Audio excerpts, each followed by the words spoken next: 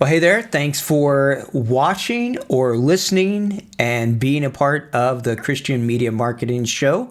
My name is John, and I am really just honored this week to spend some time with you to try to give you some tools, some training, some insights, some encouragement, whatever you might be able to need. We hope that this will benefit you. This week, we're going to be talking a little bit about Google Analytics, specifically Google Analytics 4. And I'm just going to look through it and give you a couple of things. We'll probably do a few weeks of this because once you start diving into your Google Analytics, you're going to see, well, there's a lot there, whether you are using Google Analytics 3 or Google Analytics 4, the new version that is out there. But before we get started, I do want to address a couple things that are happening that I am hearing in the social media world and just want to give you my thoughts to those before we dive into this week's training about Google Analytics. Two things specifically. First of all, Facebook targeting, if you've not seen it, if you've not dove in there for a bit, you're going to notice there's a ton of things that have been taken away. And if you don't adjust your targeting and you happen to be running an ad here by March 19th, those ads are going to be paused. So I really encourage you to be diving into your ads manager for Facebook and Instagram and looking at what kind of interest targeting has been taken away. Now, I'm not bothered by this. We've been testing this for quite a while, but some of those ones that maybe you use, like Jesus or Bible, they're gone. And what has been interesting is there's a lot of other ones that have been gone as well. So I still believe that geo-targeting, I believe there are some interest targetings that still work really well. Age, language, lots of these things work well for the no types of ads, the awareness ones, top of funnel ads. And then you can retarget using how people have engaged. Even if the pixel's blocked, if it's people that are engaging on Facebook or Instagram, that's first person data. And so you can build audiences from them. Same thing on Google. There are ways to build audiences that can reinforce each other. Maybe they come from a Google search ad from pull strategy and they come to your website, and then you can retarget onto Facebook. Or from Facebook, you can build audiences that would work on your Google network, potentially. And there's some caveats to that. There's some things that aren't working. There's parts to that. But it still works pretty good, especially in certain parts of the world. So I would really encourage you to be looking into your interest targeting. The other one was big news that came out in the quarterly report. Facebook made mention that if the issue with GDPR and the court case that's happening in, I believe, Ireland right now, couldn't get resolved, they may have to pull out of the European marketplace. Now, do I think it's going to happen? No. Because at the end of the day, there's just too much benefit for both sides. There's a lot of positioning. There's a lot of jockeying for media coverage. There's all sorts of stuff that's happening. But at the end of the day, I just don't see Facebook pulling out of the EU, and I don't see the EU blocking some sort of data security type of things. Will there maybe be a different type of setup in Europe? Possibly. Maybe there's going to be some servers that are in there. This is similar to the issue with Google and with Google Analytics with the Austrian courts right now. This is just one of many different court cases and issues that are happening. So the issue of user security is really important. It's important to me. I think this is an important thing to be thinking through, which is one of the reasons why I'm just going to let you know that we're working on a possible solution to be able to use Disciple tools in systems that are amazingly secure and robust.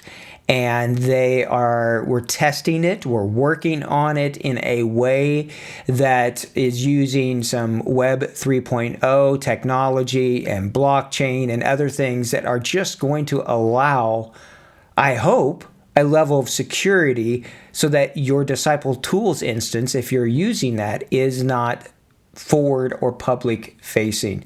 And so there are some really smart, amazing people that are out there in the marketplace who are looking and are concerned about user privacy, about your digital sovereignty, and just making sure that who is seeing your content, both your private files and stuff you're putting out on the World Wide Web for your marketing, are going to the right people. So I'm going to be sharing more about this. We are going to really go deep on using it first before I put it out here on the show, but there's some things that work at it, and I'm really looking forward to sharing about it. I've got a couple speaking events that are going to be coming up.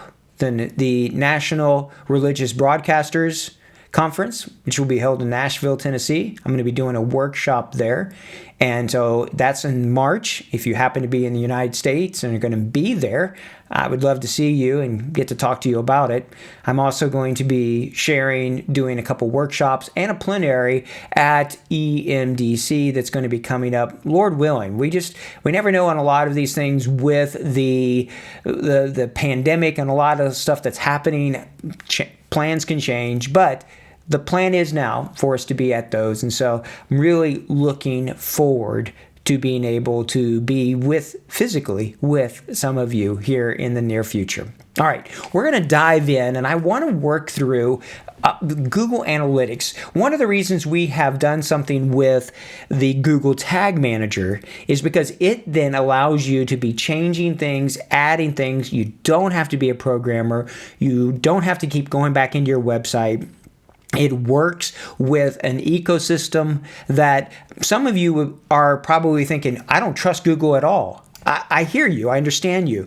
I can say that personally, I've had Google reach out and say, hey, there are people wanting to access this or watch out for this. We actually use physical keys to protect our identities.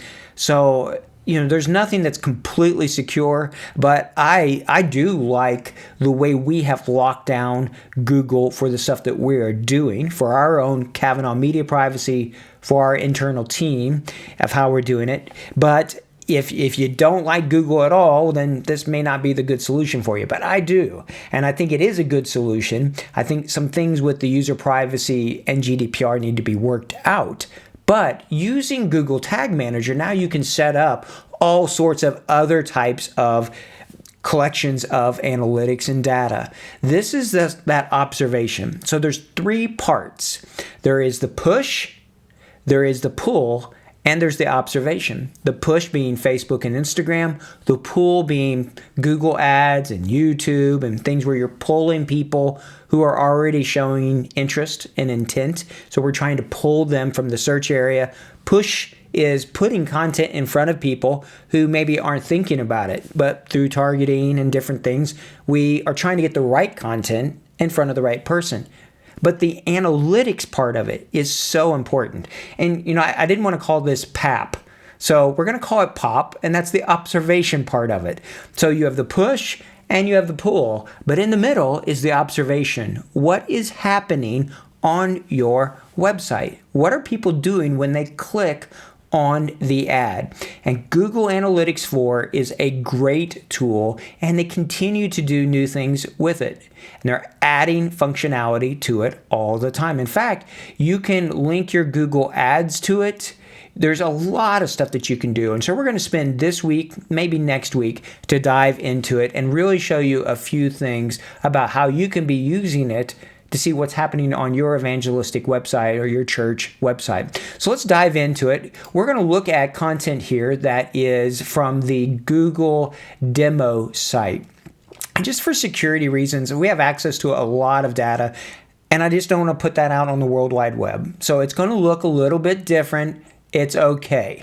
All right, you can convert some of this, you can baptize some of the things that you're seeing here, all right? But when you get into Google Analytics, if you have not done it already, if you're using Google Analytics 3, you can make it go into Google Analytics 4. So the whole thing of your Google Analytics is tying it into your new account. If you are using Google Analytics 3 or you don't know what you're using, If your account starts with a UA, if it starts with a UA, your account number, then you're using Google Analytics 3.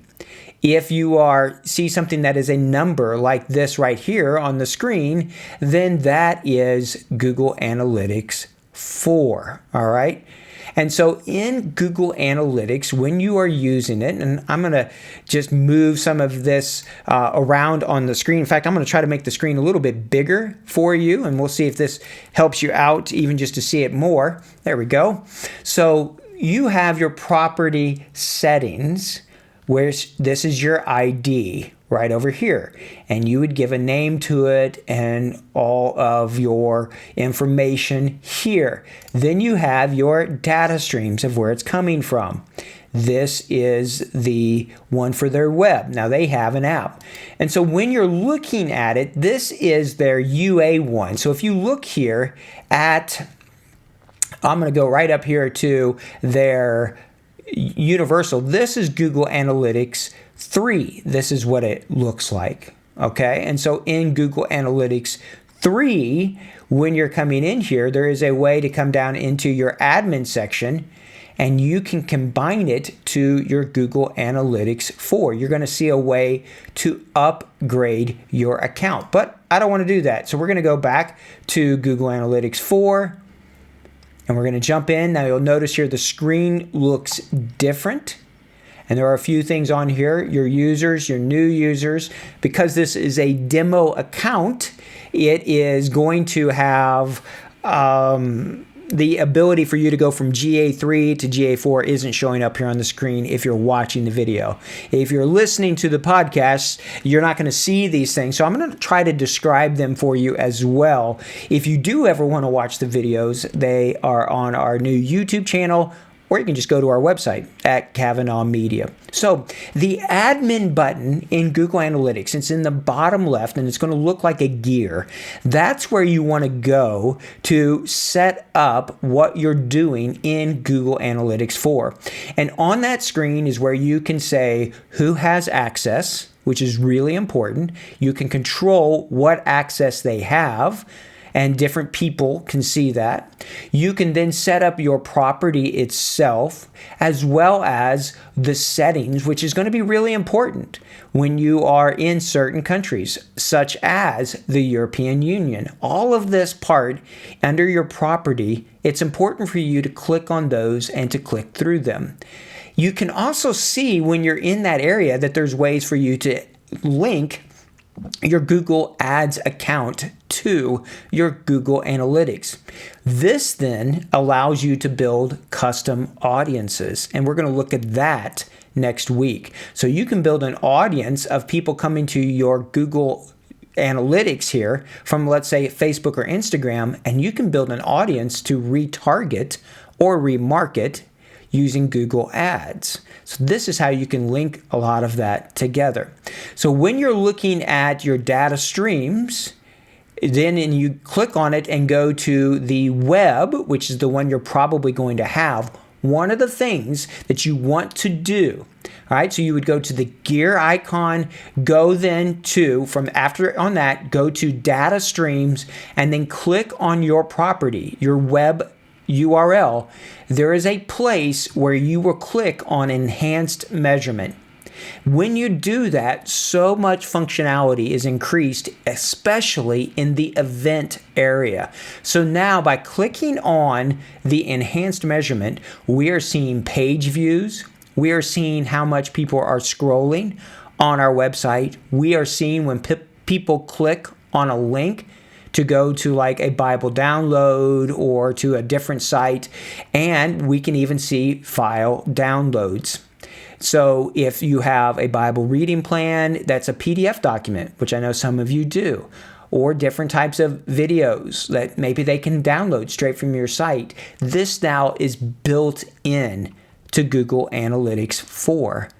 And so it will show you how to use your tagging with Google Tag Manager here, all of those settings, but you want to turn on enhanced measurement. This is one of the key things you want to do.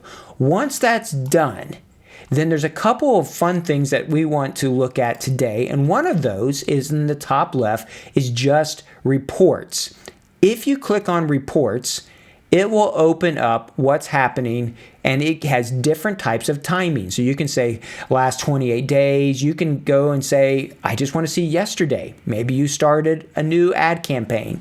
So you can see, if you're watching the video here, how many new users, how many total users, what countries. There's also some really interesting insights. So the longer your Google Analytics is working and pulling in data, the more information that it has to give you these insights. So here it says Thursdays have consistently had the least users in the past 4 weeks. So it's giving you information from your data without you even knowing how to dig to be able to do that. Now, in this example here on the screen that I'm using for those of you who are watching, this is about e-commerce, so it's showing that. But your account doesn't have to show that if it's not an e-commerce site. What you will see is engagement. How much time are people spending on your site?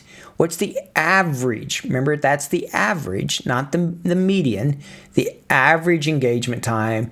And then how many pages? How many sessions per user? All sorts. So what this tells you is when a person clicks on your Facebook ad or your Google ad and they come to your website, are they looking at more than one page?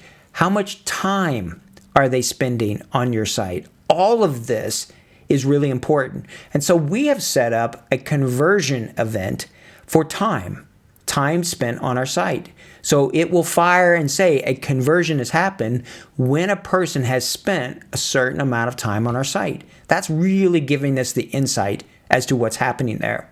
If you're running an evangelistic website and you have people coming from multiple countries, you can see that. You can also look in here and dive down into it and look at new users, returning users. There's a lot of information there that comes into that. And so you can just get ideas about what's happening. Where are people coming from? How much time are they spending? Where are they going on your website as well? Now, there's other ways where you can break this down, and we will look at this next week. But when you start clicking on report and engagement and you look at events and conversions, this is where a really neat information comes about. So I'm going to click on engagement and events. And then all of a sudden, you can see how many people are looking at the screen, how many people are doing something, how many people have clicked on a play button or started to watch a video or clicked on a Bible download or whatever it might be. These are all events. And so you can see that. You can also, under that same area of engagement, you can see conversions. This is where, for our Kavanaugh Media sites and teams we work with, this is where we set up the timing one so that we can see, oh, okay, well, how many people spent so much time on our site? And so that's actually a conversion that is set up when you come down to that bottom gear area under the admin. You can configure your conversions. One other final area that I want to look at today to just kind of whet your appetite is the pages and screen then. And so you can begin to look at and see what pages are people going to. How many of them are new people? How many of them are coming back? And so you're beginning to notice, wait a minute, this page doesn't have a lot of traffic. Or maybe you'll notice that one article, one blog article, or one video continues to get lots of visitors to your website to it. Organic traffic. Well, in one sense, that's what I call a unicorn. And you want to notice those unicorns because that's then something that you can use for other ads or other types of promotions that you may want to do. So look at how many people are going to what pages, look at their average engagement time on that page, look to see what's happening. Are there lots of events and conversions happening? All of this is coming under that engagement part of your Google Analytics. Now, there are other areas and parts to this. You have the report area, you have the Explore, which is something that can allow you. We will look at this part next week, which is where you build segments and audiences. You also have the advertising part to the left. If you click on it, it can bring up what you're running for your ads. And the final button there is to configure. This is where you can begin to set up your own events as well, where you can click on it and build your Bible download, click, many other types of events on your website. We are using Typeform to give people different types of questions. It shows up here as well as an event. So in your area, you would click on it and then you would type your new event into it under conversions or under events. So I would type in that, and I could type, well, let's say time on site, and then I could move on to it and I could give it a different type of name here. There we go. Time on site. We'll go lowercase on that one. Bring it all together. I'm going to hit save. And then here we go. Now on this one, I could come in here and there's a lot of stuff I could do to this one and options I can do. And we're not going to have that time to do that today. But when I do that, you're going to notice that when they spend a certain amount of time on their site, it will show up. One final thing, and I just want you to know this from using even Google Analytics 3, is that if you are using Google Analytics 3 already and you switch over to Google Analytics 4, many of your events and many of those things are now being able to be ported over into GA4. So I hope that whets your appetite, that you're like, I want to learn more about this. I want to be using it. I want to see what's happening on my website. I want to know how many people are actually coming. Don't be surprised if that number of landing page views is less than what like Facebook or Google or others are saying for people that are clicking on the link. It will be different because people will click on an ad and they will not wait for your website to load. So it's always going to be different. But this gives you an idea about just what is happening. And then if you have installed Google Tag Manager and you use a tool like Hotjar or Crazy Egg, you can begin to see what parts of the website are people clicking on, what heat maps. Are people scrolling to the bottom? Are they seeing your calls to action or that Bible download link or the messaging link? So there's a lot more that you can learn when you use this observation and analytics part to your overall strategy. So next week, we'll talk about custom audiences and a few other areas within Google Analytics that you can use to really sharpen your strategy and your methods that you're using to find seekers in your context. I hope this helps you. If possible, subscribe to our YouTube channel, share it with others. We're just starting to build this out, and so we want to make it a useful resource for you and for others who are out there trying to make Jesus famous. So until next time, take care. God bless. Know that we care about you. Keep pushing forward, and may God bless all of your efforts for His kingdom and for His glory. Bye for now.